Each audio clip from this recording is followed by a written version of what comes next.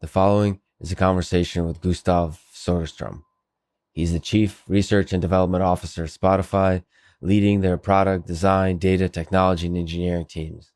As I've said before, in my research and in life in general, I love music, listening to it and creating it, and using technology, especially personalization through machine learning, to enrich the music discovery and listening experience. That is what Spotify has been doing for years, continually innovating, defining how we experience music as a society in the digital age.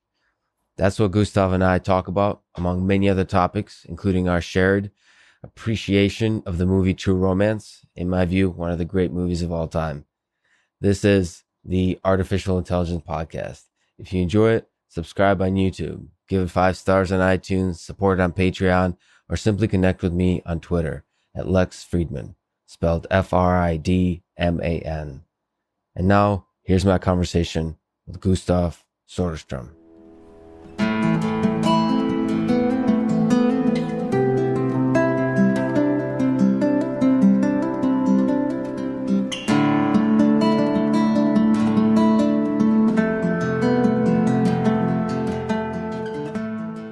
Spotify has over 50 million songs in its catalog, so let me ask the all-important question. I feel like you're the right person to ask. What is the definitive greatest song of all time? It varies for me, personally. So you can't speak definitively for everyone. I wouldn't believe very much in machine learning if I did, right? Because it meant everyone had the same taste. So for you, you have to pick. What is the song? All right, so it's pretty easy for me.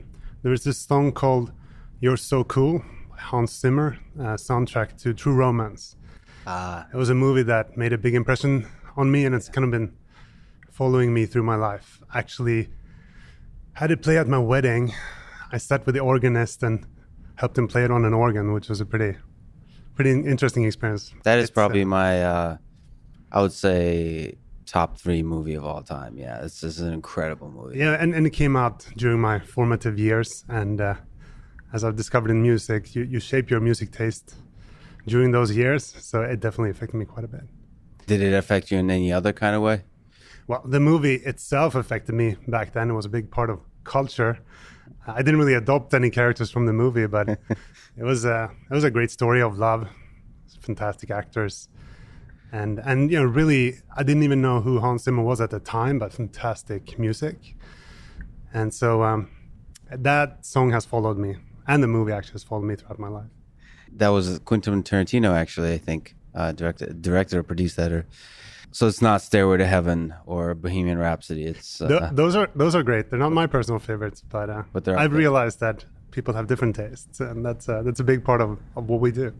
Well, for me, I will have to stick with Stairway to Heaven. So 35,000 years ago, I looked this up on Wikipedia. Flute-like instruments started being used in caves as part of hunting rituals, in primitive cultural gatherings, things like that. This is the birth of music. Since then, we had a few folks: Beethoven, Elvis, Beatles, Justin Bieber, of course, Drake. So in your view, let's start like high-level philosophical. What is the purpose of music on this planet of ours? I think music has many different purposes. I think there's certainly a big purpose, which is the same as much of entertainment, which is escapism, and to be able to live in some sort of other mental state for a while. But I also think you have the opposite of escaping, which is to help you focus on something you are actually doing. And so I think people use music as a tool to tune the brain to the activities that they are actually doing. And it's kind of like, in one sense, maybe it's the rawest signal. If you think about the brain as neural networks, it's maybe the most efficient hack we can do to actually actively tune it into some state that you want to be. You can do it in other ways. You can tell stories to put people in a certain mood, but music is probably very effective to get you to a certain mood very fast, I think. You know, there's a social component historically to music, where people listen to music together. I was just thinking about this, that to me, and you mentioned machine learning, but to me personally, music is a really private thing. Like, I'm speaking for myself. I listen to music. Like, almost nobody knows the kind of things I have in my library, except people who are really close to me, and they really only know a certain percentage. There's like some weird stuff that I'm almost probably embarrassed by, right? It's called the guilty pleasures, right? Everyone has them. The guilty pleasures, yeah. Hopefully they're not too bad, but for me, it's personal. Do you think of music as something that's social or as something that's personal, or does it vary? So I think it's the same answer, that you use it for both. We've thought a lot about this during these 10 years at Spotify. Obviously, in one sense, as you said, music is incredibly social. You go to concerts and so forth. On the other hand, it is your escape, and everyone has these things that are very personal to them.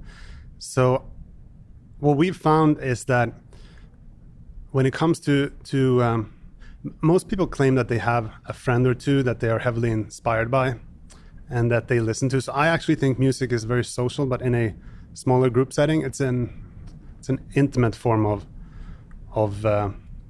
it's an intimate relationship. It's not something that you necessarily share broadly.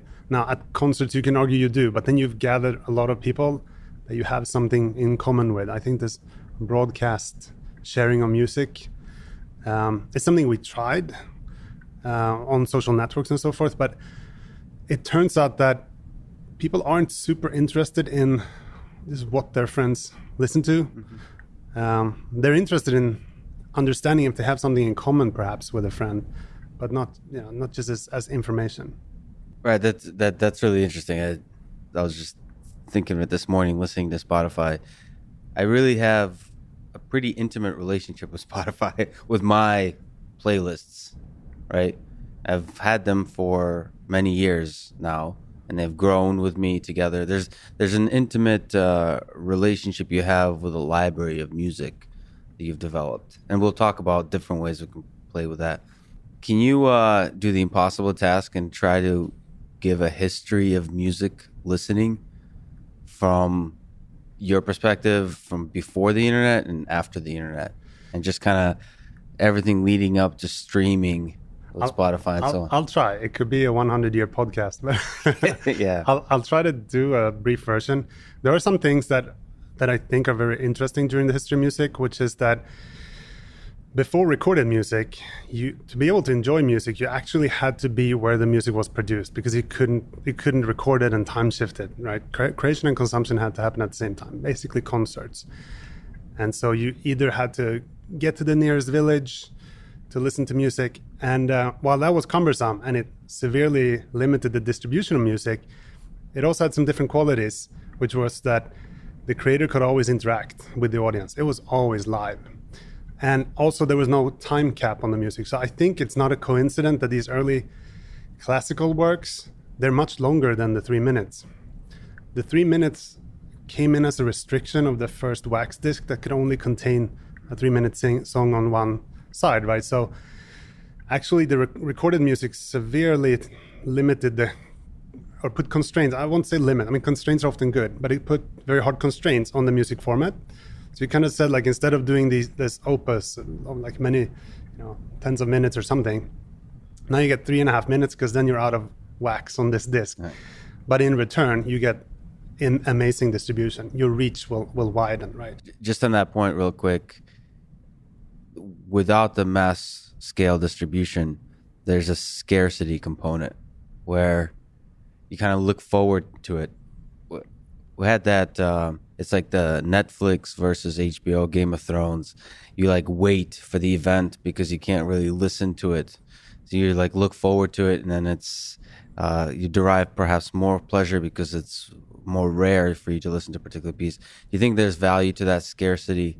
Yeah, I think that is definitely a thing. And there's always this component of, if you have something in infinite amounts, will you value it as much? Probably not. Humanity is always seeking is relative. So you're always seeking something you didn't have, and when you have it, you don't appreciate it as much. So I think that's probably true. But I think that's why concerts exist. So you can actually have both. Right. But I think if you couldn't listen to music in your car driving That'd be worse. That cost would be bigger than the benefit of the anticipation, I think, that you would have. So, yep, it started with live concerts. Then it's being able to, the phonograph invented, right? That you start to be able to record music. Exactly. So then you got this massive distribution that made it possible to create two things, I think. First of all, cultural phenomena. They probably need distribution to be able to happen. But it also opened access to, for a new kind of artist. So you started to have these phenomena like Beatles and Elvis and so forth that were really a function of distribution, I think, obviously of talent and innovation, but there was also a technical component. And of course, the next big innovation to come along was radio, broadcast radio. And I think radio is interesting because it started not as a music medium, it started as an information medium for news. And then radio needed to find something to fill the time with so that they could honestly play more ads and make more money. Mm-hmm. And music was free. So then you had this massive distribution where you could program to people. I think those things, that ecosystem, is what created the ability for hits.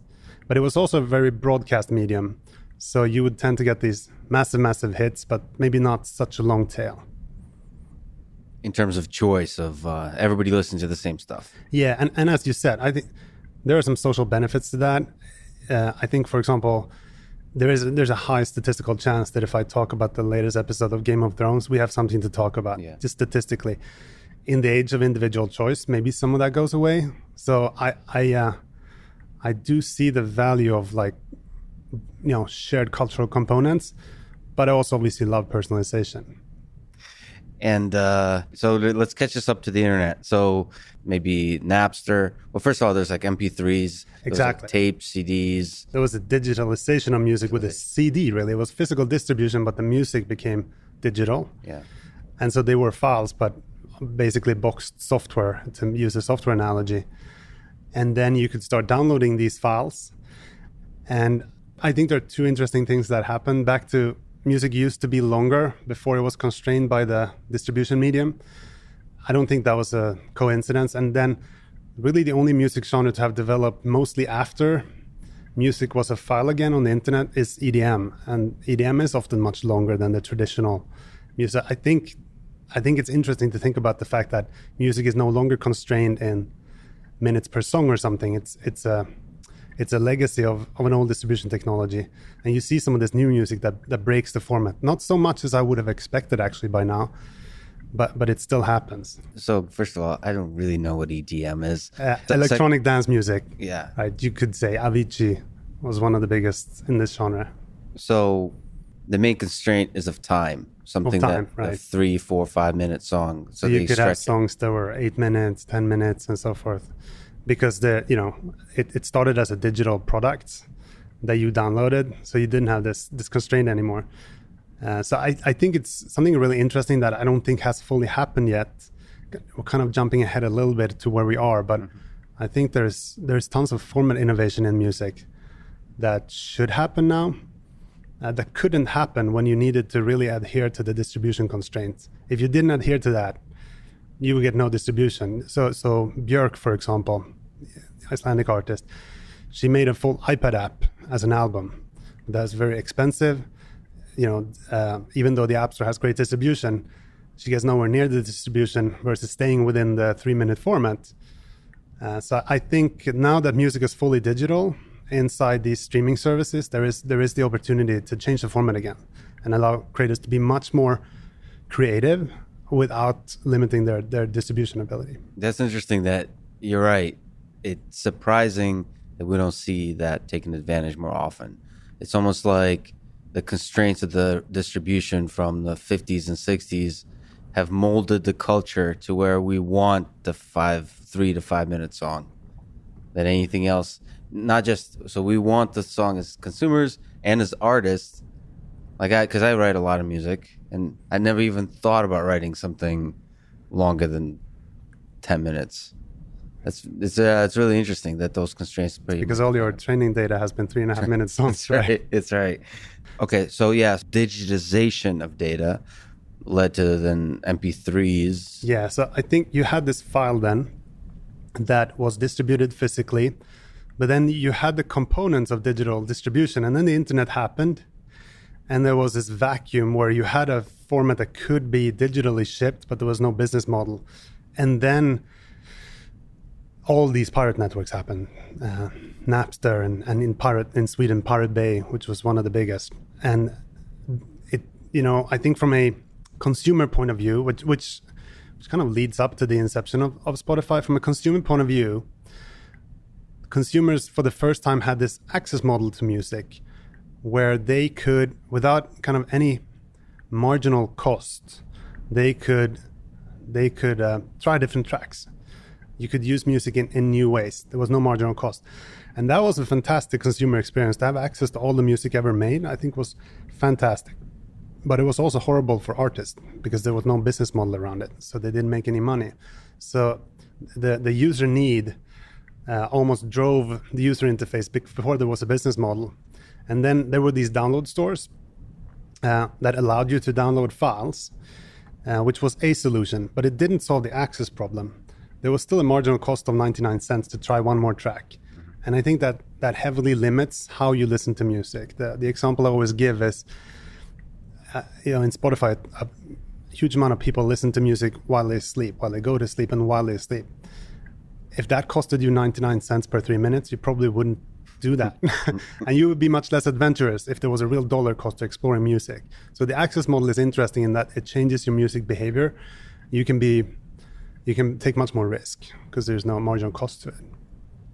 Maybe let me linger on piracy for a second, because I find, especially coming from Russia, piracy is something that's very interesting. To me, not me, of course, ever, but I have friends who've partook in piracy of music, software, TV shows, sporting events. And usually, to me, what that shows is not that they can actually pay the money, and they're not trying to save money. They're choosing the best experience. So what, to me, piracy shows is a business opportunity in all these domains. And that's where I think you're right. Spotify stepped in. Is basically piracy is an experience. You can explore, find music you like.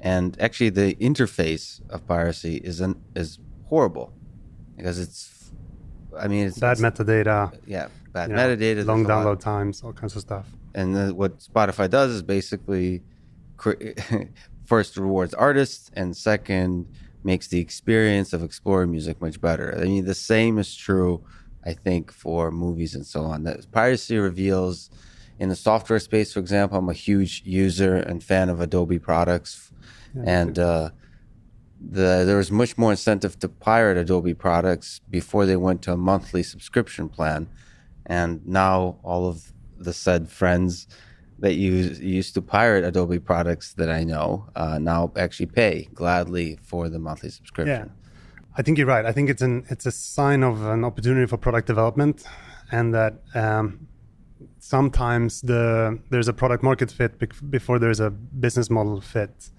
in product development. I think that's a sign of it. In Sweden, I think it was a bit of both. There was a culture where we even had a political party called the Pirate Party. And this was during the time when people said that information should be free. It was somehow wrong to charge for ones and zeros. So I think people felt that artists should probably make money somehow else, in concerts or something. So at least in Sweden, it was part really social acceptance, even at the political level. But that also forced Spotify to compete with free, which I don't think could have happened anywhere else in the world. The music industry needed to be doing bad enough to take that risk. And Sweden was like the perfect testing ground. It had government-funded high bandwidth, low latency broadband, which meant that the product would work. And it was also, there was no music revenue anyway. So they were kind of like, I don't think this is going to work, but why not? So this product is one that I don't think could have happened in America, the world's largest music market, for example.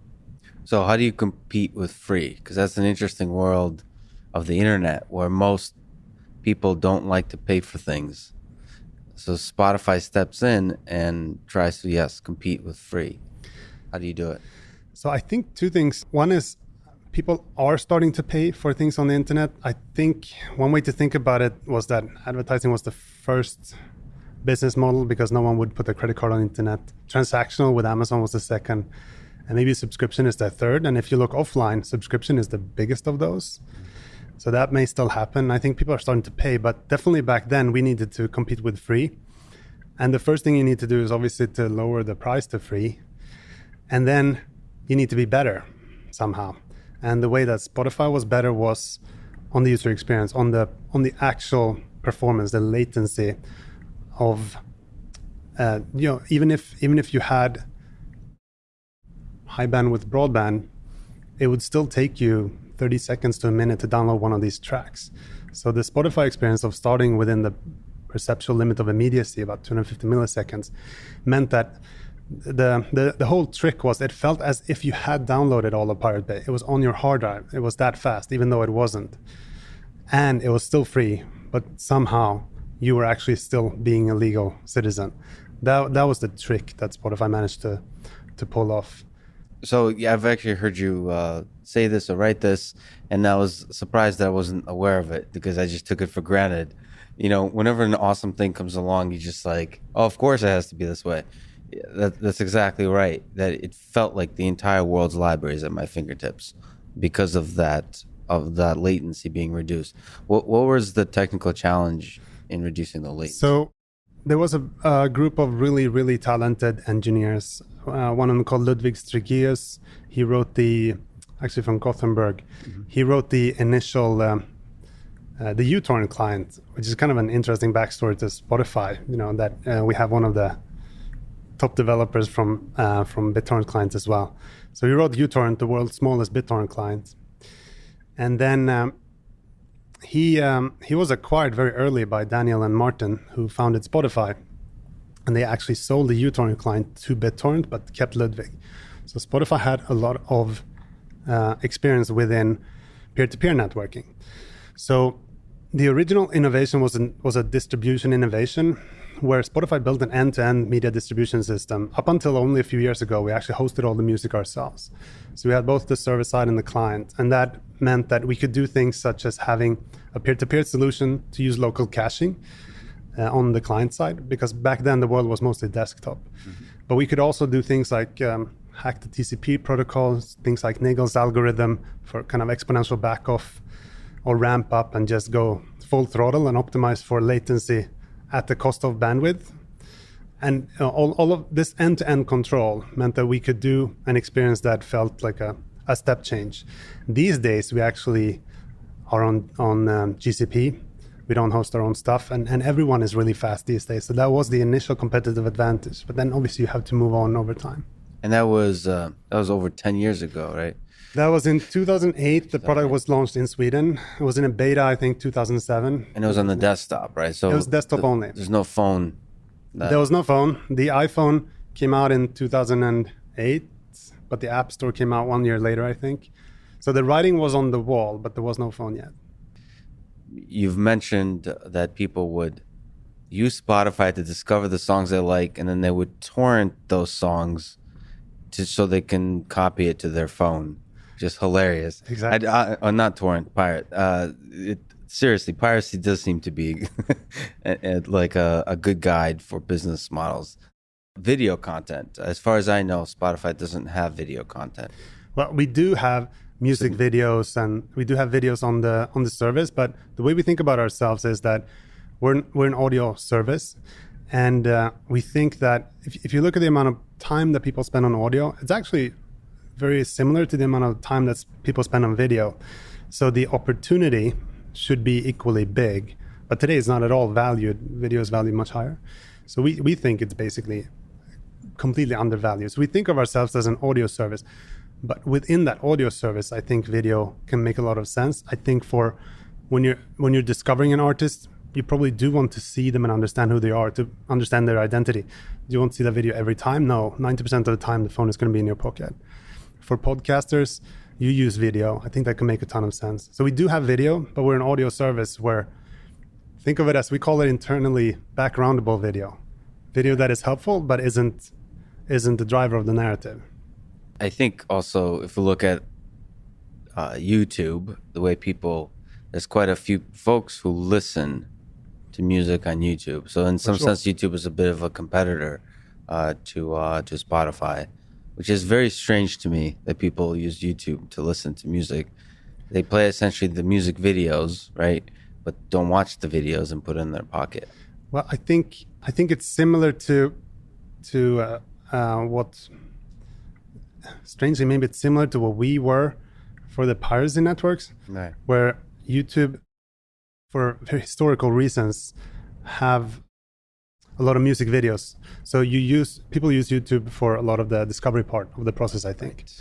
But then it's not a really good sort of quote unquote MP3 player because it doesn't even background. Then you have to keep the app in the foreground. So it's not a good consumption tool, but it's a decently good discovery tool. I mean, I think YouTube is a fantastic product, and I use it for all kinds of purposes, education. That's true. And so If I were to admit something, I do use YouTube a little bit for the discovery, to assist in the discovery process of songs, and then if I like it, I'll add it to Spotify. But that's okay. That's okay with us. Okay, so sorry, we're jumping around a little bit. So this kind of incredible. You look at Napster, you look at the early days of Spotify. One fascinating point is, how do you grow a user base? So you're there in Sweden, you have an idea. I saw the initial sketches that look terrible. How do you grow a user base from a few folks to millions? I think there are a bunch of tactical answers. So first of all, I think you need a great product. I don't think you take a bad product and market it to be successful.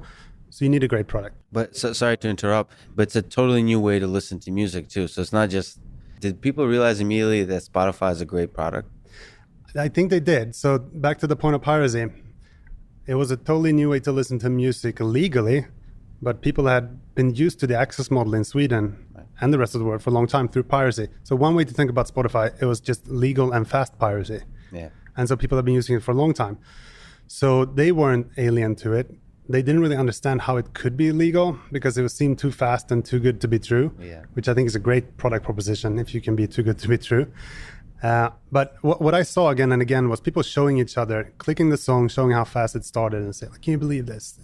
So I really think it was about speed. Then we also had an invite program that was really meant for scaling because we hosted our own service. We needed to control scaling, but that built a lot of expectation and I don't want to say hype because hype implies that it wasn't true. Right. Expectations, excitement around the product, and we've replicated that when we launched in the US. We also built up an invite-only program first. There are lots of tactics, but I think you need a great product that solves some problem. And basically, the key innovation, there was technology, but on a meta level, the innovation was really the access model versus the ownership model, and that was tricky. A lot of people said that they wanted to own their music. They would never kind of rent it or borrow it. But I think the fact that we had a free tier, which meant that you get to keep this music for life as well, helped quite a lot. So this is an interesting psychological point that maybe you can speak to. It was a big shift for me. Like I had to, it's almost like to go to therapy for this. I think I would describe my early listening experience, and I think a lot of my friends do, is basically hoarding music. Is you're like slowly one song by one song, or maybe albums, gathering a collection of music that you love. Mm-hmm. And you own it. It's like often, especially with CDs or tape, you like physically had it. Exactly. And with Spotify, what I had to come to grips with, it was kind of liberating actually, is to throw away all the music. I've had this therapy session with lots of people. And I think the mental trick is, so actually we've seen the user data when Spotify started, a lot of people did the exact same thing. They started hoarding as if the music would disappear, right? Almost the equivalent of downloading. And so, we had these playlists that had limits of like a few 100,000 tracks, and we figured no one will ever, they do hundreds and hundreds and hundreds of thousands of tracks. And to this day, some people want to actually save, quote unquote, in a playlist, the entire catalog. Right. But I think the therapy session goes something like, instead of throwing away your music, if you took your files and you stored them in a locker at Google, It'd be a streaming service. It's just that in that locker, you have all the world's music now for free. So instead of giving away your music, you got all the music. It's yours. You could think of it as having a copy of the world's catalog there forever. So you actually got more music instead of less. It's just that you just took that hard disk and you sent it to someone who stored it for you. And once you go through that mental journey of like, still my files, they're just over there, and I just have 40 million of them, 50 million of them or something now, then people are like, okay, that's good. The problem is, I think, because you paid us a subscription, if we hadn't had the free tier, where you would feel like, even if I don't want to pay anymore, I still get to keep them. You keep your playlist forever. They don't disappear even though you stop paying. I think that was really important. If we would have started as, you can put in all this time, but if you stop paying, you lose all your work. I think that would have been a big challenge, and was the big challenge for a lot of our competitors. That's another reason why I think the free tier is really important, that people need to feel the security that the work they put in, it will never disappear, even if they decide not to pay.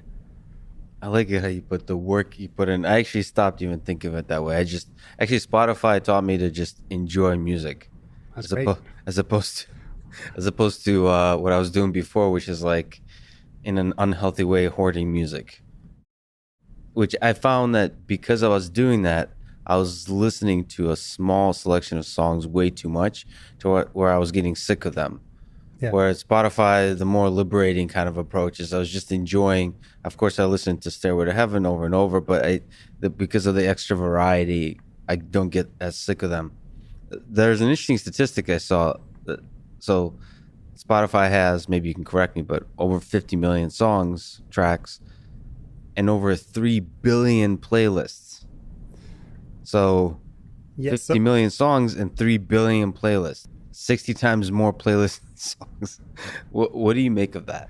Yeah, so the way I think about it is that from a statistician or machine learning point of view, you have all these, if you want to think about reinforcement learning, you have this state space of all the tracks, and you can take different journeys through this world. And I think of these as like people helping themselves and each other, creating interesting vectors through this space of tracks. Mm-hmm. And then it's not so surprising that across many tens of millions of kind of atomic units, there will be billions of paths that make sense. And we're probably quite far away from having found all of them. So kind of our job now is users, when Spotify started, it was really a search box that was for the time pretty powerful. And then I like to refer to it as this programming language called playlisting, where if you, as you probably were pretty good at music, you knew your new releases, you knew your back catalog, you knew your Stairway to Heaven, you could create a soundtrack for yourself using this playlisting tool, this like meta programming language for music, to soundtrack your life. And people who were good at music, it's back to how do you scale the product. For people who are good at music, that was actually enough. If you had the catalog and a good search tool, and you can create your own sessions, you could create really good a soundtrack for your entire life. Probably perfectly personalized because you did it yourself. But the problem was many people aren't that good at music. They just can't spend the time. Even if you're very good at music, it's going to be hard to keep up. So what we did to try to scale this was to essentially try to build, you can think of them as agents, that this friend that some people had that helped them navigate this music catalog. That's what we're trying to do for you. But also there is something like 200 million active users on Spotify. Yes. So from the machine learning perspective, you have these 200 million people plus. They're creating, it's really interesting to think of playlists as, I don't know if you meant it that way, but it's almost like a programming language. It's or at least a trace of exploration of those individual agents, the listeners, and you have all this new tracks coming in. So it's a fascinating space that is ripe for machine learning. So is it possible? How can playlists be used as data in terms of machine learning and to help Spotify organize the music? So we found in our data, not surprising, that people who playlisted a lot, they retained much better. They had a great experience. And so our first attempt was to playlist for users. And so we acquired this company called Tunigo of editors and professional playlisters, and kind of leveraged the maximum of human intelligence to help build kind of these vectors through the track space for people, and that broadened the product. But then the obvious next, and we use statistical means where they could see when they created a playlist, how did that playlist perform? They could see skips of the songs, they could see how the songs perform, and they manually iterated the playlist to maximize performance for a large group of people. But there were never enough editors to playlist for you personally. So the promise of machine learning was to go from kind of group personalization using editors and tools and statistics to individualization. And then what's so interesting about the 3 billion playlists we have is the truth is we lucked out. This was not a priori strategy, as is often the case. It looks really smart in hindsight, but it was dumb luck. We looked at these playlists, and we had some people in the company, a person named Eric Bernhardsson, who was really good at machine learning already back then in like 2007, 2008. Back then it was mostly collaborative filtering and so forth, but we realized that what this is people are grouping tracks for themselves that have some semantic meaning to them. And then they actually label it with a playlist name as well. So in a sense, people were grouping tracks along semantic dimensions and labeling them. And so could you use that information to find that latent embedding? And so we started playing around with collaborative filtering, and we saw tremendous success with it. Basically trying to extract some of these dimensions. And if you think about it, it's not surprising at all. It'd be quite surprising if playlists were actually random, if they had no semantic meaning. For most people, they group these tracks for some reason. So we just happened across this incredible data set where people had taken these tens of millions of tracks and grouped them along different semantic vectors. And the semantics being outside the individual user. So it's some kind of universal. There's a universal embedding that holds across people on this earth. Yes, I do think that the embeddings you find are going to be reflective of the people who playlisted. So if you have a lot of indie lovers who playlist, your embedding is going to perform better there. But what we found was that, yes, there were these latent similarities. They were very powerful. And we had it was interesting because I think that the people who playlisted the most initially were the so-called music aficionados who were really into music, and they often had their taste was often geared towards a certain type of music. And so what surprised us, if you look at the problem from the outside, you might expect that the algorithms would start performing best with mainstreamers first because it somehow feels like an easier problem to solve mainstream taste than really particular taste. It was the complete opposite for us. The recommendations performed fantastically for people who saw themselves as having very unique taste. That's probably because all of them playlisted and they didn't perform so well for mainstreamers. They actually thought they were a bit too particular and unorthodox. So we had the complete opposite of what we expected. Success within the hardest problem first, and then had to try to scale to more mainstream recommendations. So you've also acquired EchoNest that analyzes song data.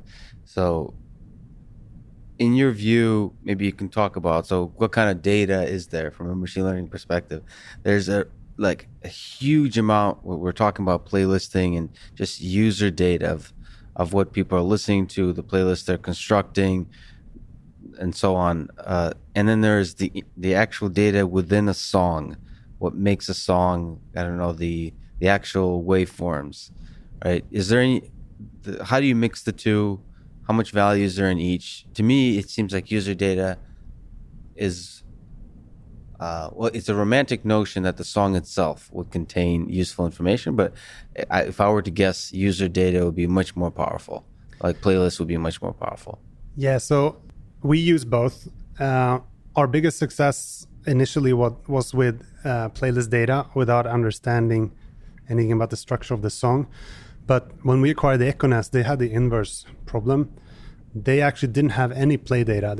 They were a provider of recommendations, but they didn't actually have any play data. So they looked at the structure of songs sonically, and they looked at Wikipedia for cultural references and so forth, right? Cool. And did a lot of NLU and so forth. So we got that skill into the company and combined kind of our user data with their kind of content based. So you can think of it as we were user based and they were content based in their recommendations, and we combined those two. And for some cases where you have a new song that has no play data, obviously you have to try to go by either who the artist is or the sonic information in the song or what it's similar to. So there's definitely value in both, and we do a lot in both. But I would say yes, the user data captures things that have to do with culture in the greater society that you would never see in the content itself. But that said, we have seen we have a research lab in Paris.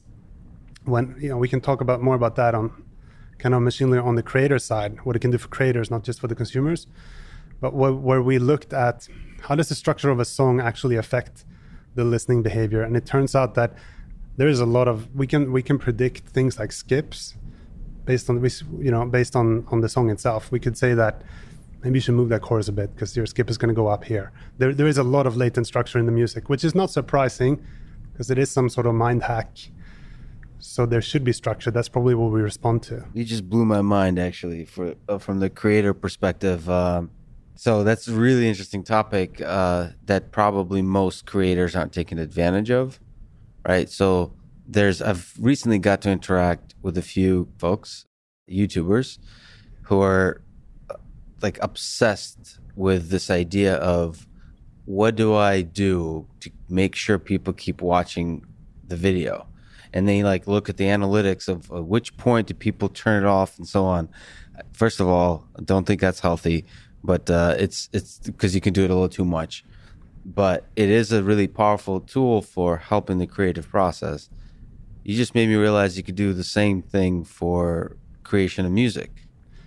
So is that something you've looked into? Can you speak to how much opportunity there is for that kind of thing? So I listened to the podcast with Siraj, and I thought it was fantastic, and I reacted to the same thing where he said he posted something in the morning, immediately watched the feedback where the drop off was, and then responded to that in the afternoon. Which is quite different from how people make podcasts, for example. Yes, exactly. I mean, the feedback loop is almost non-existent. That's right. So if we back out one level, I think actually both for music and podcasts, which we also do at Spotify, I think there's a tremendous opportunity just for the creation workflow. And I think it's really interesting speaking to you because you're a musician, a developer, and a podcaster. Mm-hmm. If you think about those three different roles, if you make the leap as a musician, if you think about it as a software tool chain, really, your DAW with the stems, that's the IDE, right? That's where you work in source code format with what you're creating. Then you sit around and you play with that, and when you're happy, you compile that thing into some sort of AAC or MP3 or something. Mm-hmm. You do that because you get distribution. There are so many runtimes for that MP3 across the world in car stereos and stuff. So you kind of compile this executable and you ship it out in kind of an old-fashioned boxed software analogy, and then you hope for the best, right? But as a software developer, you would never do that. First, you go on GitHub and you collaborate with other creators. And then you think it'd be crazy to just ship one version of your software without doing an A/B test, without any feedback loop, and then issue tracking. Exactly. And then you would look at the feedback loops and try to optimize that thing, right? So I think if you think of it as a very specific software tool chain, it looks quite arcane. The tools that a music creator has versus what a software developer has. So that's kind of how we think about it. Why wouldn't a music creator have something like GitHub where you could collaborate much more easily? So we bought this company called Soundtrap, which has a kind of Google Docs for music approach where you can collaborate with other people on the kind of source code format with stems. And I think introducing things like AI tools there to help you as you're creating music, both in helping you, put accompaniment to your music like drums or something, help you master and mix automatically, help you understand how this track will perform, exactly what you would expect as a software developer. I think makes a lot of sense. And I think the same goes for a podcaster. I think podcasters will expect to have the same kind of feedback loop that Siraj has. Like, why wouldn't you? Maybe it's not healthy, but... Sorry, I wanted to criticize the fact because you can overdo it. Because a lot of and we're in a new era of that. So you can become addicted to it, and therefore, what people say, you become a slave to the YouTube algorithm, or sort of.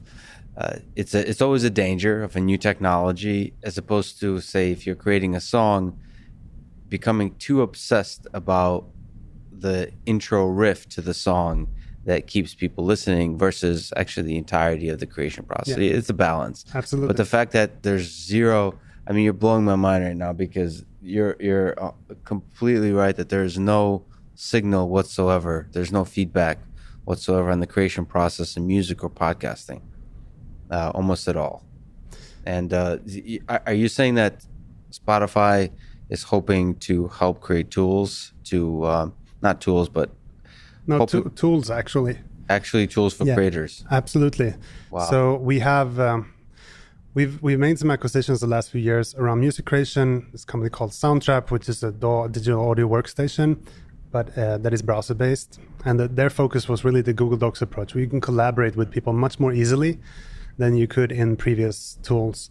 So we have some of these tools that we're working with that we want to make accessible, and then we can connect it with our consumption data. We can create this feedback loop where we could help you understand, we could help you create and help you understand how you will perform. We also acquired this other company within podcasting called Anchor, which is one of the biggest podcasting tools, mobile focused, so really focused on simple creation or easy access to creation. But that also gives us this feedback loop. And even before that, we invested in something called Spotify for artists and Spotify for podcasters, which is an app that you can download. You can verify that you are that creator, and then you get things that software developers have had for years. You can see where, if you look at your podcast, for example, on Spotify, or a song that you released, you can see how it's performing, which cities it's performing in, who's listening to it, what's the demographic breakup. So similar in the sense that you can understand how you're actually doing on the platform. So we definitely want to build tools. I think you also interviewed the head of research for Adobe, and I think that's back to Photoshop that you liked. I think that's an interesting analogy as well. Photoshop, I think, has been very innovative in helping photographers and artists, and I think there should be the same kind of tools for music creators, where you could get AI assistants, for example, as you're creating music. As you can do with Adobe, where I want a sky over here, and you can get help creating that sky. The really fascinating thing is what Adobe doesn't have is a distribution for the content you create. So you don't have the data of whatever creation I make in Photoshop or Premiere, I can't get like immediate feedback like I can on YouTube, for example, about the way people are responding. And if Spotify is creating those tools, it's a really exciting actually world. But let's talk a little about podcasts. So I have trouble talking to one person, so it's a bit terrifying and kind of hard to fathom. But on average, 60 to 100,000 people will listen to this episode. Okay, so it's intimidating. It's intimidating. So I hosted on Blueberry. I don't know if I'm pronouncing that correctly, actually. It looks like most people listen to it on Apple Podcasts, Castbox, and Pocket Cast, and only about 1,000 listen on Spotify. Just my podcast, right? So, where do you see a time when Spotify will dominate this? So Spotify is relatively new into this in podcasting. In podcasting, sorry, yeah, in podcasting. What's the deal with podcasting and Spotify? How serious is Spotify about podcasting? Do you see a time where everybody would listen to, probably a huge amount of people, majority perhaps, listen to music on Spotify? Do you see a time when the same is true for podcasting? Well, I certainly hope so. That is our mission. Our mission as a company is actually to enable 1 million creators to live off of their art and 1 billion people be inspired by it. And what I think is interesting about that mission is it actually puts the creators first, even though it started as a consumer-focused company. And it says to be able to live off of their art, not just make some money off of their art as well. So it's quite an ambitious project. And so we think about creators of all kinds. And we kind of expanded our mission from being music to being audio a while back. And that's not so much because we think we made that decision. We think that decision was made for us. We think the world made that decision. Whether we like it or not, when you put in your headphones, you're going to make a choice between music and a new episode of your podcast or something else, right? Yeah. We're in that world whether we like it or not. Yeah. And that's how radio works. Yes. So we decided that we think it's about audio. You can see the rise of audiobooks and so forth. We think audio is this great opportunity. So we decided to enter it. And obviously, Apple Podcasts is absolutely dominating in podcasting. And we didn't have a single podcast only like 2 years ago. What we did, though, was we looked at this and said, can we bring something to this? We want to do this, but back to the original Spotify, we have to do something that consumers actually value to be able to do this. And the reason we've gone from not existing at all to being the quite a wide margin, the second largest podcast consumption, still wide gap to iTunes, but we're growing quite fast. I think it's because when we looked at the consumer problem, people said surprisingly that they wanted their podcast and music in the same application. So what we did was we took a little bit of a different approach. Where we said instead of building a separate podcast app, we thought, is there a consumer problem to solve here? Because the others are very successful already. And we thought there was in making a more seamless experience where you can have your podcast and your music in the same application. Because we think it's audio to you. And that has been successful. And that meant that we actually had 200 million people to offer this to instead of starting from zero. So I think we have a good chance because we're taking a different approach than the competition. And back to the other thing I mentioned about creators, because we're looking at the end-to-end flow, I think there's a tremendous amount of innovation to do around podcast as a format. When we have creation tools and consumption, I think we could start improving what podcasting is. I mean, podcast is this opaque, big, like 1-2 hour file that you're streaming, which it really doesn't make that much sense in 2019 that it's not interactive, there's no feedback loops, nothing like that. So I think if we're going to win, it's going to have to be because we build a better product for creators and for consumers. So we'll see, but it's certainly our goal. We have a long way to go.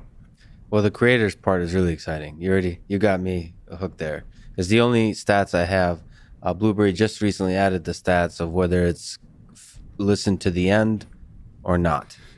And that's like a huge improvement, but that's still nowhere to where you could possibly go in terms of statistics. You just download the Spotify Podcasters app and verify, and then you'll know where people dropped out in this episode. Oh, wow. Okay.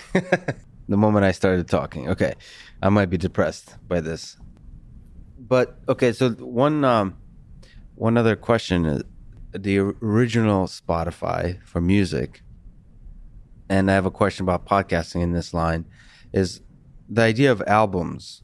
I have music aficionados, friends who are really big fans of music, often really enjoy albums, listening to entire albums of an artist.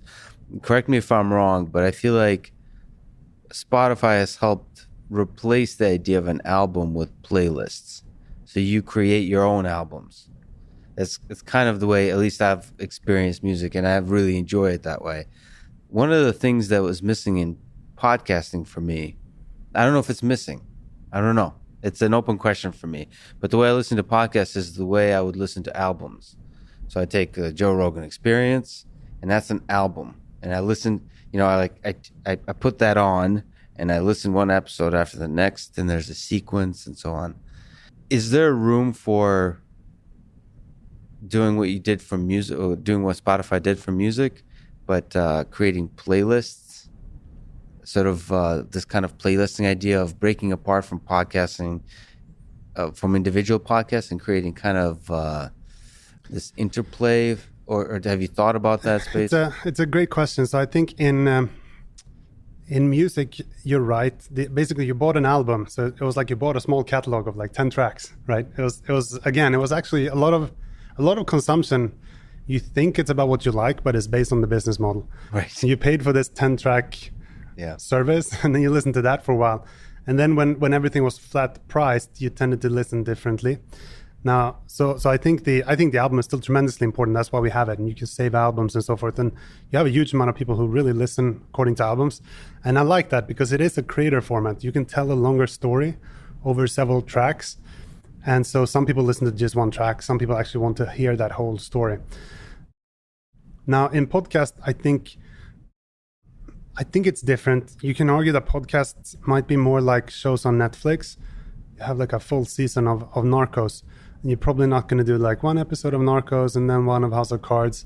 Like there's a narrative there, and you love the cast and you love these characters. So I think people love shows, and I think they will listen to those shows. I do think you follow a bunch of shows at the same time. So there's certainly an opportunity to bring you the latest episode of, whatever the 5, 6, 10 things that you're into. But I think people are going to listen to specific hosts and love those hosts for a long time, because I think there's something different with podcast where this format of the experience of the audience is actually sitting here right between us. Right. Whereas if you look at something on TV, the audio actually would come from, you would sit over there, right, and the audio would come to you from both of us, as if you were watching, not as if you were part of the conversation.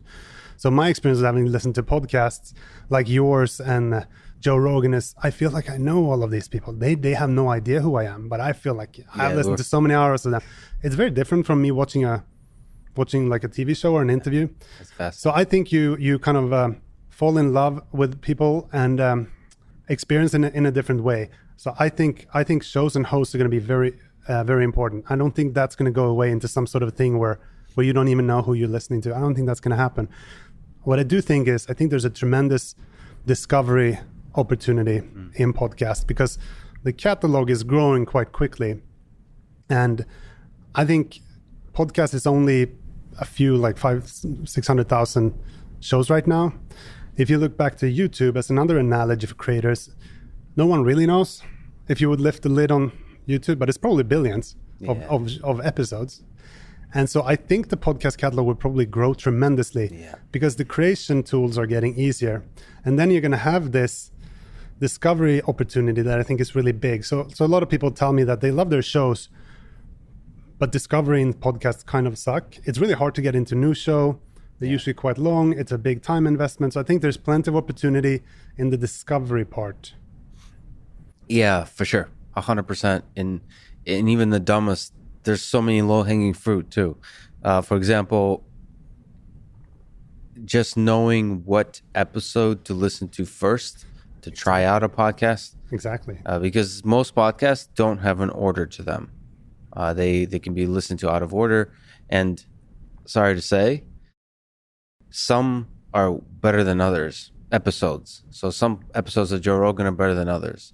And it's nice to know which you should listen to try it out. And there's, as far as I know, almost no information in terms of like upvotes on how good an episode is. Exactly. So I think part of the problem is it's kind of like music.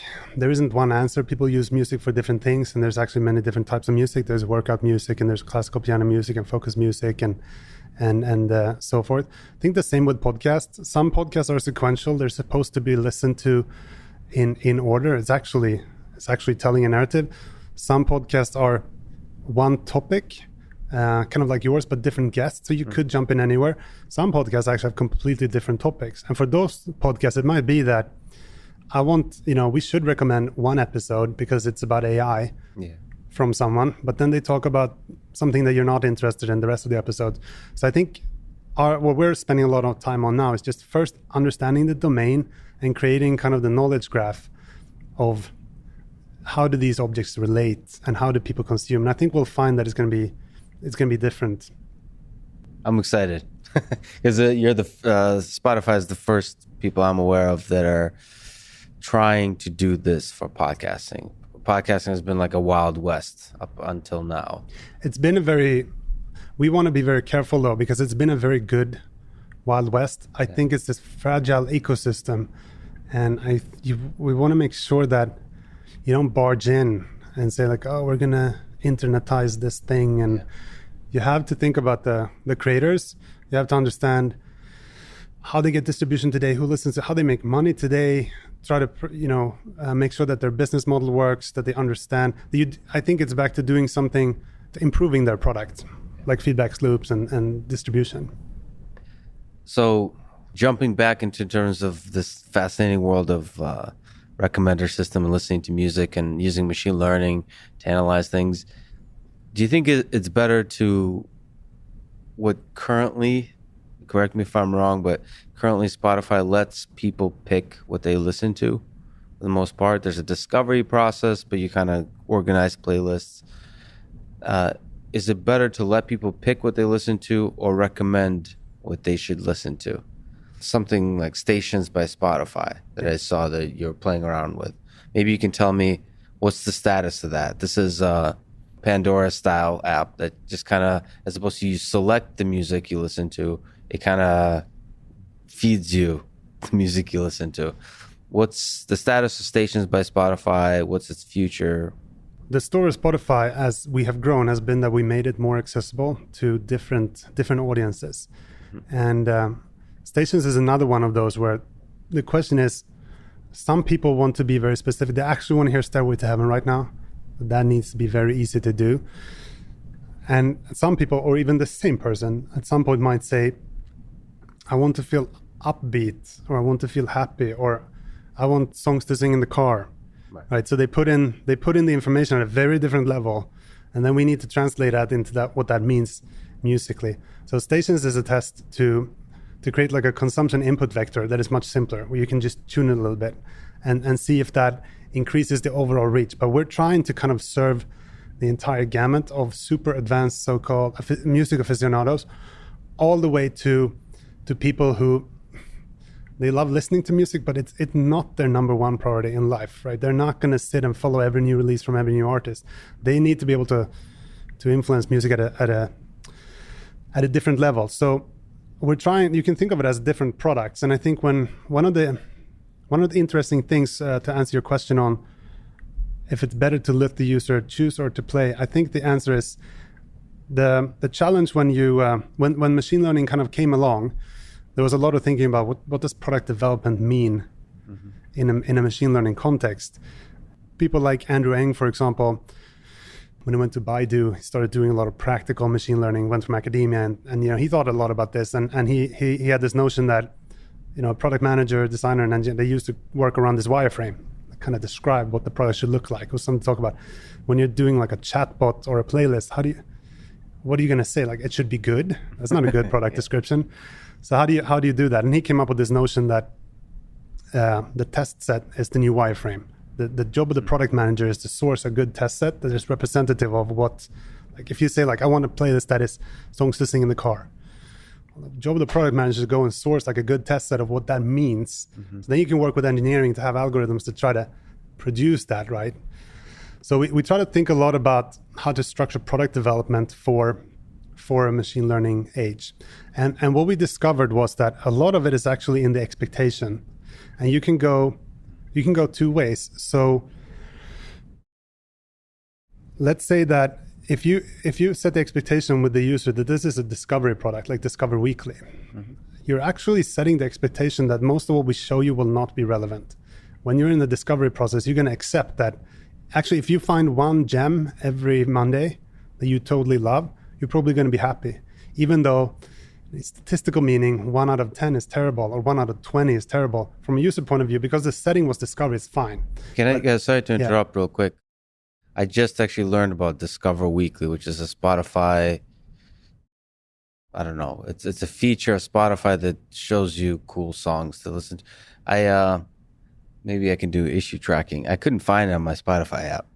It's in your library. It's in the library. It's in the list of library. Because I was like, whoa, this is cool. I didn't know this existed. And I tried to find it. But okay. I will show it to you and feedback to our product teams. Yeah, there you go. But yeah, sorry. Just to mention, the expectation there is basically that you're going to discover new songs. Yeah, so then you can be quite adventurous in the recommendations you do. But we have another product called Daily Mix, which kind of implies that these are only going to be your favorites. So if you have 1 out of 10 that is good and 9 out of 10 that doesn't work for you, you're going to think it's a horrible product. So actually, a lot of the product development we learned over the years is about setting the right expectations. So for Daily Mix, algorithmically, we would pick among things that feel very safe in your taste space. Whereas Discover Weekly, we go kind of wild because the expectation is most of this is not gonna. So a lot of to answer your question there, should you let the user pick or not? It depends. We have some products where the whole point is that the user can click play, put the phone in the pocket, and it should be really good music for like an hour. We have other products where you probably need to say like, no, save, no, and it's very interactive. I see. If that makes sense. And then the radio product, the stations product is one of these like click play, put it in your pocket for hours.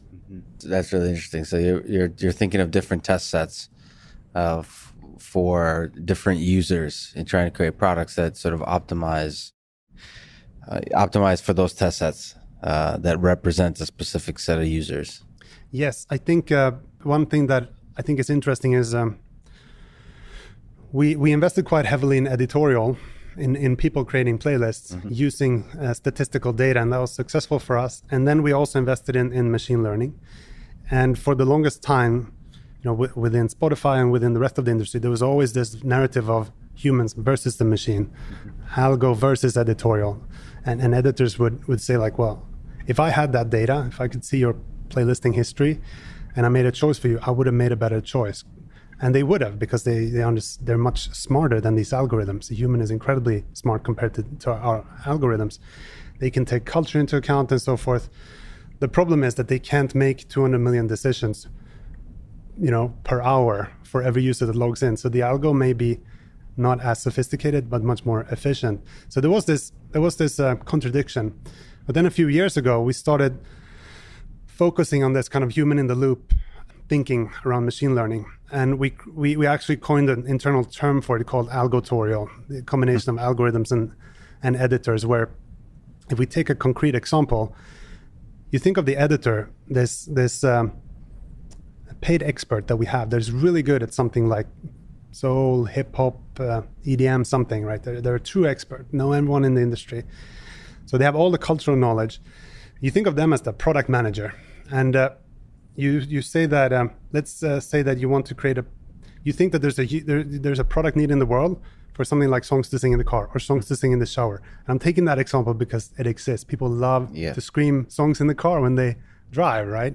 Yep. So you want to create that product, and you have this product manager who's a musical expert.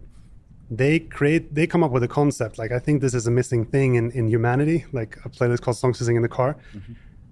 They create the framing, the image, the title, and they create a test set they create a group of songs, like a few thousand songs out of the catalog that they manually curate that are known songs that are great to sing in the car. And they can take like true romance into account. They understand things that our algorithms do not at all. So they have this huge set of tracks. Then when we deliver that to you, we look at your taste vectors, and you get the 20 tracks that are songs to sing in the car in your taste. So you have personalization and editorial input in the same process, if that makes sense. Yeah, it makes total sense. And I have several questions around that. This is like fascinating. Okay, so first, it is a little bit surprising to me that the world expert humans are outperforming machines at specifying songs to sing in the car. So maybe you could talk to that a little bit. I don't know if you can put it into words, but what is it? How difficult is this problem do you really, I guess what I'm trying to ask, how difficult is it to encode the cultural references, the context of the song, the artist, all those things together. Can machine learning really not do that? I mean, I think machine learning is great at replicating patterns if you have the patterns, but if you try to write me a spec of what greatest song to sing in the car definition is it loud? Does it have many choruses? Should it have been in movies? It quickly gets incredibly complicated, right? Yeah. And a lot of it may not be in the structure of the song or the title. It could be cultural references because, it was a hit. So the definition problems quickly get, and I think that was the insight of Andrew Ng when he said the job of the product manager is to understand these things that algorithms don't, and then define what that looks like, and then you have something to train towards, right? Then you have kind of the test set, and then so today the editors create this pool of tracks, and then we personalize. You could easily imagine that once you have this set, you could have some automatic exploration of the rest of the catalog, because then you understand what it is. And then the other side of it, when machine learning does help, is this taste vector. How hard is it to construct a vector that represents the things an individual human likes? This human preference. So you can, music isn't like, it's not like Amazon, like things you usually buy. Music seems more amorphous, like it's this thing that's hard to specify, like if you look at my playlist, what is the music that I love? It's harder. It seems to be much more difficult to specify concretely. So how hard is it to build a taste vector? It is very hard in the sense that you need a lot of data. And I think what we found was that it's not a stationary problem. Also, it changes over time. And so we've gone through the journey of if you've done a lot of computer vision. Obviously, I've done a bunch of computer vision in my past, and we started kind of with the handcrafted heuristics for, this is kind of indie music, this is this, and if you consume this, you probably like this. So we started there, and we have some of that still. Then what was interesting about the playlist data was that you could find these latent things that wouldn't necessarily even make sense to you, that could even capture maybe cultural references because they co-occurred, things that wouldn't have appeared kind of mechanistically either in the content or so forth. So I think that I think the core assumption is that there are patterns in almost everything, and if there are patterns, these embedding techniques are getting better and better now as everyone else. We're also using kind of deep embeddings where you can encode binary values and so forth. And what I think is interesting is this process to try to find things that do not necessarily, you wouldn't actually have guessed. So it is very hard in an engineering sense to find the right dimensions. It's an incredible scalability problem to do for hundreds of millions of users and to update it every day. Mm-hmm. But in theory, embeddings isn't that complicated. The fact that you try to find some principal components or something like that, dimensionality reduction and so forth. So the theory, I guess, is easy. The practice is very, very hard, and it's a huge engineering challenge. But fortunately, we have some amazing both research and engineering teams in this space. Yeah, I guess the question is all. I mean, it's similar. I deal with it with the autonomous vehicle space. The question is how hard is driving, and here is. Basically, the question is of edge cases. So embedding probably works, not probably, but I would imagine works well in a lot of cases. So there's a bunch of questions that arise then. So do song preferences, does your taste vector depend on context, like mood, right? So there's different moods. And absolutely. So how does that take in? Is it possible to take that into consideration, or do you just leave that as a interface problem that allows the user to just control it? So when I'm looking for workout music, I kind of specify it by choosing certain playlists, doing certain search. Yeah, so that's a great point. It's back to the product development. Right. You could try to spend a few years trying to predict which mood you're in automatically when you open Spotify. or you create a tab which is happy and sad, right? And you're going to be right 100% of the time with one click. Now, it's probably much better to let the user tell you if they're happy or sad, or if they want to work out. On the other hand, if your user interface become 2,000 tabs, you're introducing so much friction, so no one will use the product. So then you have to get better. So it's this thing where I think maybe it was, I remember who coined it, but it's called fault-tolerant UIs, right? You build a UI that is tolerant to being wrong. Mm-hmm. And then you can be much less right in your algorithms. So we've had to learn a lot of that, building the right UI that fits where the machine learning is, and a great discovery there, which was by the teams during one of our hack days, was this thing of taking discovery, packaging it into a playlist, and saying that these are new tracks that we think you might like based on this, and setting the right expectation made it a great product. So I think we have this benefit that, for example, Tesla doesn't have, that we can change the expectation. We can build a fault tolerant setting. It's very hard to be fault tolerant when you're driving at 100 miles per hour or something. Right. And we have the luxury of being able to say that, of being wrong, if we have the right UI, which gives us different abilities to take more risk. So I actually think the self-driving problem is much harder. Oh yeah, for sure.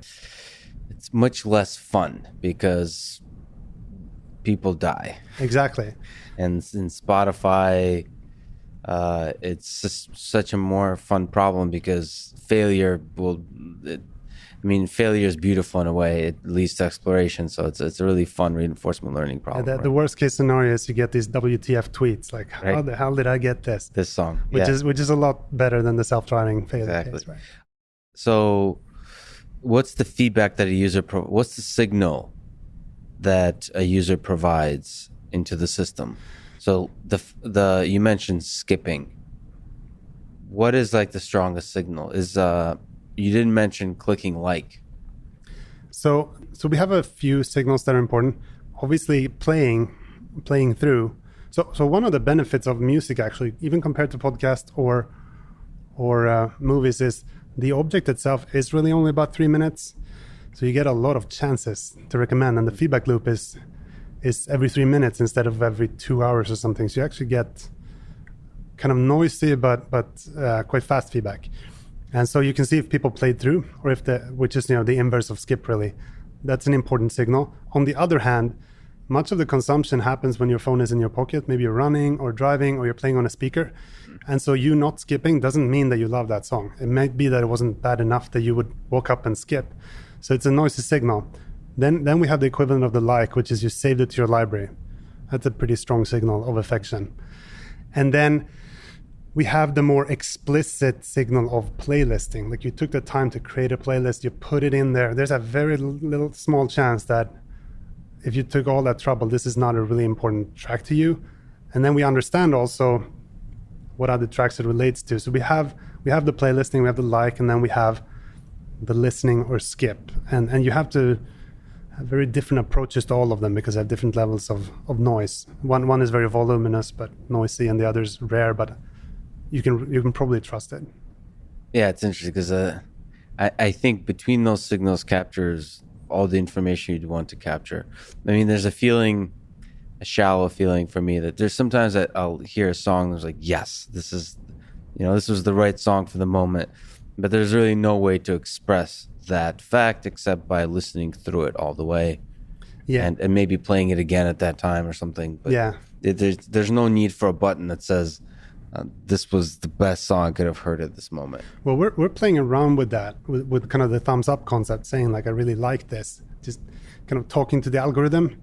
It's unclear if that's the best way for humans to interact. Maybe it is. Maybe they should think of Spotify as a person, an agent sitting there trying to serve you, and you can say like, bad Spotify, good Spotify. Right now, the analogy we've had is more, you shouldn't think of us. We should be invisible. And the feedback is, if you save it, it's kind of, you work for yourself. You do a playlist because you think it's great, and we can learn from that. It's kind of back to Tesla, how they kind of have this shadow mode. They sit and watch you drive. We kind of took the same analogy. We sit and watch your playlist, and then maybe we can offer you an autopilot where you can take over for a while or something like that, and then back off if you say like, that's not good enough. But I think it's interesting to figure out what your mental model is. If Spotify is an AI that you talk to, which I think might be a bit too abstract for many consumers, or if you still think of it as it's my music app, but it's just more helpful. And depends on the device it's running on, which brings us to smart speakers. So I have a lot of the Spotify listening I do is on things that on devices I can talk to, whether it's from Amazon, Google, or Apple. What's the role of Spotify on those devices? How do you think of it differently than on the phone or on the desktop? There are a few things to say about them. First of all, it's incredibly exciting. They're growing like crazy, especially here in the US, and it's solving a consumer need that I think is you can think of it as just remote interactivity. You can control this thing from across the room, and it may feel like a small thing, but it turns out that friction matters to consumers. Being able to say play, pause, and so forth from across the room is very powerful. So basically, you made the living room interactive now, and what we see in our data is that the number one use case for these speakers is music and podcast. So fortunately for us, it's been important to these companies to have those use case covered. So they wanted Spotify on there, so we have very good relationships with them, and we're seeing tremendous success with them. What I think is interesting about them is it's already working. We kind of had this epiphany many years ago, back when we started using Sonos. If you went through all the trouble of setting up your Sonos system, you had this magical experience where you had all the music ever made in your living room. And we made this assumption that the home, everyone used to have a CD player at home, but they never managed to get their files working in the home. Having this network attached storage was too cumbersome for most consumers. So we made the assumption that the home would skip from the CD all the way to streaming books, where you would buy the stereo and it would have all the music built in. That took longer than we thought, but with the voice speakers, that was the unlocking that made kind of the connected speaker happen in the home. So it really exploded, and we saw this engagement that we predicted would happen. What I think is interesting though is where it's going from now. Right now you think of them as voice speakers, but I think if you look at Google I/O, for example, they just added a camera to it where, when the alarm goes off, instead of saying, "Hey Google, stop," you can just wave your hand. So I think they're going to think more of it as an agent, or as an assistant, truly an assistant, and an assistant that can see you is going to be much more effective than a blind assistant. So I think these things will morph, and we won't necessarily think of them as quote unquote voice speakers anymore, just as interactive access to the internet in the home. But I still think that the biggest use case for those will be audio. So for that reason, we're investing heavily in it, and we built our own NLU stack to be able to. The challenge here is, how do you innovate in that? Well, it lowers friction for consumers, but it's also much more constrained. You have no pixels to play with in an audio only world. It's really the vocabulary that is the interface. So we started investing and playing around quite a lot with that, trying to understand what the future will be of you speaking and gesturing and waving at your music. And actually, you're actually nudging closer to the autonomous vehicle space, because from everything I've seen, the level of frustration people experience upon failure of natural language understanding is much higher than failure in other contexts. People get frustrated really fast. So if you screw that experience up even just a little bit, they give up really quickly. So, yeah, and I think you see that in the data. While it's tremendously successful, the most common interactions are play, pause, and next.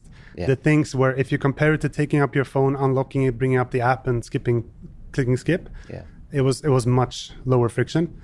But then for longer, more complicated things like, can you find me that song about, people still bring up their phone and search and then play it on their speaker. So we tried again to build a fault tolerant UI where for the more complicated things, you can still pick up your phone, have powerful full keyboard search, and then try to optimize for where there is actually lower friction, and it's kind of like the Tesla autopilot thing, you have to be at the level where you're helpful. If you're too smart and just in the way, people are going to get frustrated. And first of all, I'm not obsessed with Stairway to Heaven. It's just a good song. But let me It is mention that as a use case because it's an interesting one. I've literally told I don't want to say the name of the speaker because when people are listening to it, it'll make their speaker go off. But I talk to the speaker and I say, play Stairway to Heaven. And every time not every time, but a large percentage of the time, it plays the wrong Stairway to Heaven. It plays like some cover of and that part of the experience, I actually wonder from a business perspective, does Spotify control that entire experience or no? It seems like the NLU, the natural language stuff, is controlled by the speaker, and then Spotify stays at a layer below that. It's a good and complicated question, some of which is dependent on the partner, so it's hard to comment on the specifics. But the question is the right one. The challenge is, if you can't use any of the personalization, I mean, we know which Stairway to Heaven, and the truth is, maybe for one person, it is exactly the cover that they want, and they would be very frustrated if it plays. I think we default to the right version, but you actually want to be able to do the cover for the person that just played the cover 50 times, or Spotify is just going to seem stupid. So you want to be able to leverage the personalization, but you have this stack where you have the ASR and this thing called the N best list or the N best guesses here, and then the personalization comes in at the end. Mm-hmm. You actually want the personalization to be here when you're guessing about what they actually meant. So we're working with these partners, and it's a complicated thing where you want to be able. So first of all, you want to be very careful with your users' data. You don't want to share your users' data without their permission, but you want to share some data so that their experience gets better, so that these partners can understand enough, but not too much, and so forth. So it's really the trick is that it's like a business-driven relationship where you're doing product development across companies together, which is really complicated. But this is exactly why we built our own NLU, so that we actually can make personalized guesses, because this is the biggest frustration.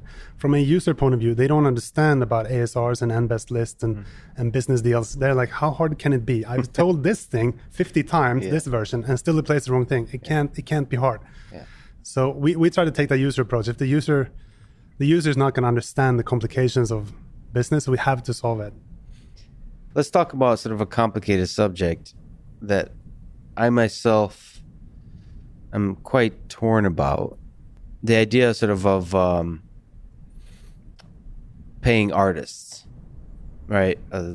I saw as of August 31st, 2018, over $11 billion were paid to rights holders. So, and further distributed to artists from Spotify. So a lot of money is being paid to artists. First of all, the whole time as a consumer for me, when I look at Spotify, I'm not sure I'm remembering correctly, but I think you said exactly how I feel, which is this is too good to be true. Like when I started using Spotify, I assumed you guys would go bankrupt in like a month. It's like, this is too good. A lot of people did. I was like, this is amazing. So one question I have is sort of the bigger question. How do you make money in this complicated world?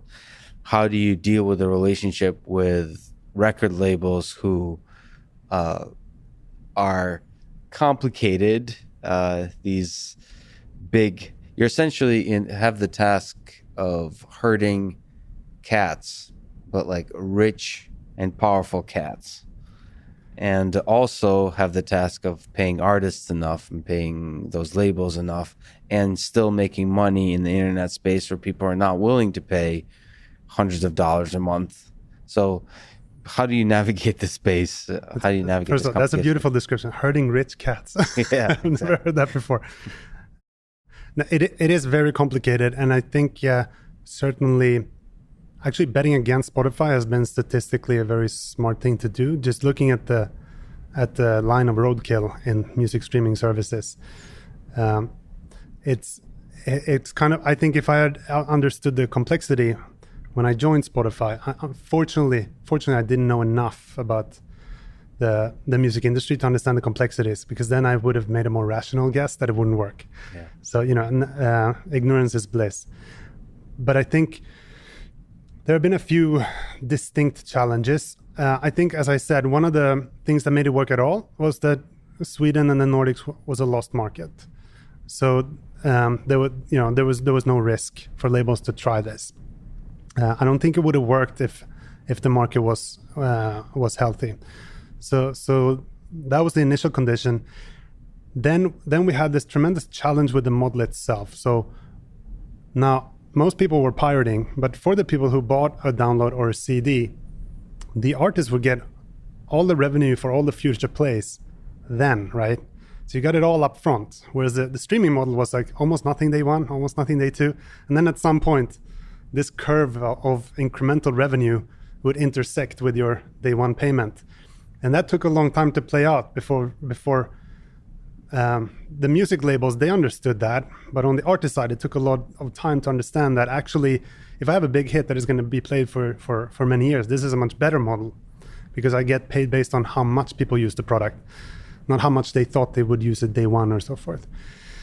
So it was a complicated model to get across, but time helped with that, right? And now the revenues to the music industry actually are bigger again. Then it's gone through this incredible dip, and now they're back up. And so we're very proud of having been a part of that. So there have been distinct problems. I think when it comes to the labels, we have taken the painful approach. Some of our competition at the time, they kind of looked at other companies and said, if we just ignore the rights, we get really big really fast, we're going to be too big for the labels to too big to fail. They're not going to kill us. We didn't take that approach. We went legal from day one, and we negotiated and negotiated and negotiated. It was very slow. It was very frustrating. We were angry at seeing other companies taking shortcuts and seeming to get away with it. It was this game theory thing where over many rounds of playing the game, this would be the right strategy.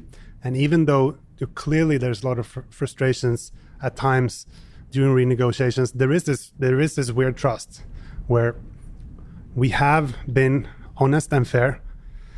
We've never screwed them, they've never screwed us. It's tenuous, but there's this trust in, like, they know that if music doesn't get really big, if lots of people do not want to listen to music and want to pay for it, Spotify has no business model. So we actually are incredibly aligned, right? Other companies, not to be tennis, but other companies have other business models where even if they may no money from music, they'd still be profitable companies. But Spotify won't. So I think the industry sees that we are actually aligned business-wise. So there is this trust that allows us to do product development, even if it's scary.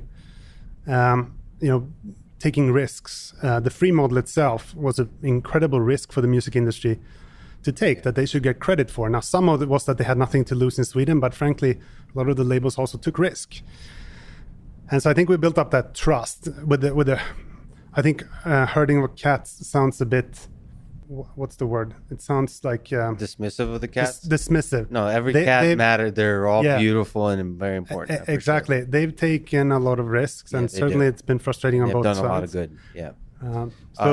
It's really like playing. It's game theory. If you play if you play the game many times, then you can have the statistical outcome that you bet on, and it feels very painful when you're in the middle of that thing. I mean, there's risk, there's trust, there's relationships. From just having read the biography of Steve Jobs, similar kind of relationship were discussed in iTunes. The idea of selling a song for $1 was very uncomfortable for labels, and exactly. And there was it was the same kind of thing. It was trust. It was game theory. It was a lot of relationships that had to be built, and it's really a terrifyingly difficult process that Apple could go through a little bit because they could afford for that process to fail. For Spotify, it seems terrifying because you can't. Initially, I think a lot of it comes down to, honestly, Daniel and his tenacity in negotiating, which seems like an impossible Sisyphean task, because he was completely unknown and so forth. But maybe that was also the reason that it worked. But I think Yeah, I think game theory is probably the best way to think about it. You could go straight for this like Nash equilibrium that someone is going to defect, or you play it many times and you try to actually go for the top left, the corporation cell.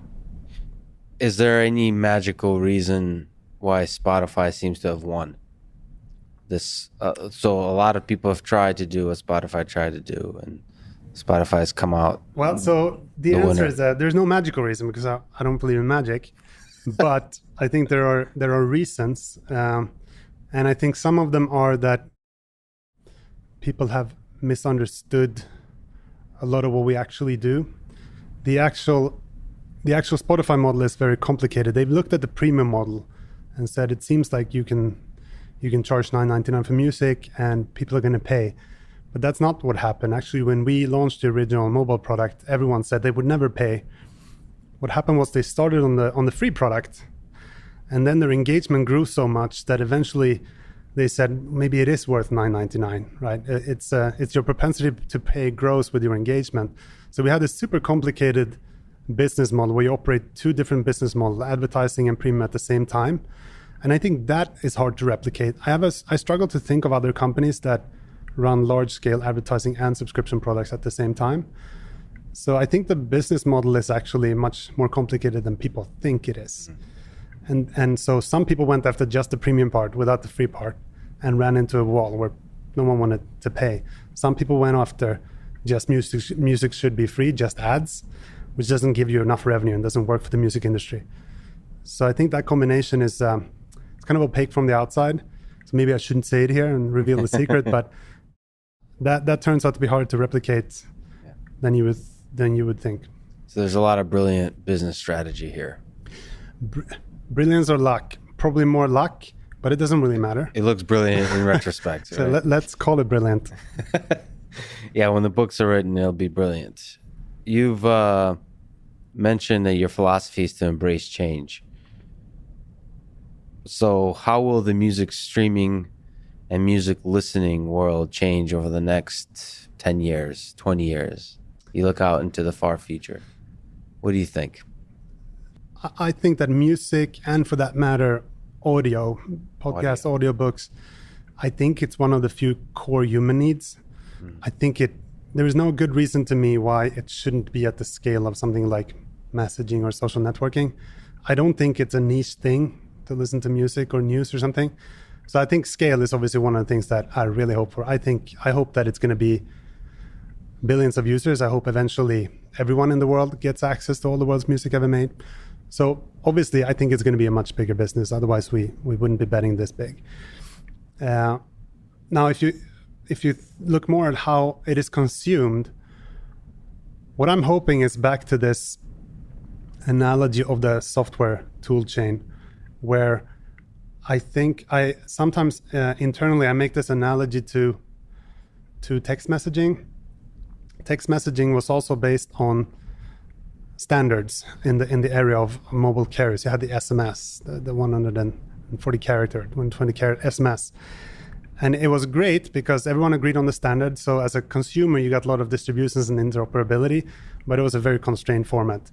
And when the industry wanted to add pictures to that format, to do the MMS, I looked it up, and I think it took from the late 80s to early 2000s. This is like a 15, 20-year product cycle to bring pictures into that. Now, once that entire value chain of creation and consumption got wrapped in one software stack within something like Snapchat or WhatsApp, like the first week they added disappearing messages, like then 2 weeks later they added stories. Like the pace of innovation when you're on one software stack and you can affect both creation and consumption, I think is going to be rapid. So with these streaming services, we now for the first time in history have enough, I hope, people on one of these services, actually whether it's Spotify or Amazon or Apple or YouTube, and hopefully enough creators that you can actually start working with the format again. And that excites me. I think being able to change these constraints from 100 years, that could really do something interesting. I really hope it's not just going to be the iteration on the same thing for the next 10 to 20 years as well. Yeah, changing the creation of music, or creation of audio, creation of podcasts is a really fascinating possibility. I myself don't understand what it is about podcasts that's so intimate. It just is. I listen to a lot of podcasts. I think it touches on a deep human need for connection, that people do feel like they're connected to when they listen. I don't understand what the psychology of that is, but in this world that's becoming more and more disconnected, it feels like this is fulfilling a certain kind of need, and empowering the creator as opposed to just the listener is really interesting. I'm really excited that you're working on this. Yeah, I think one of the things that is inspiring for our teams to work on podcast is exactly that. Whether you think like I probably do, that it's something biological about perceiving to be in the middle of the conversation that makes you listen in a different way. It doesn't really matter. People seem to perceive it differently. And there was this narrative for a long time that, if you look at video, everything kind of in the foreground, it got shorter and shorter and shorter because of financial pressures and monetization and so forth. And eventually, at the end, there's almost like 20 seconds clip, people just screaming something.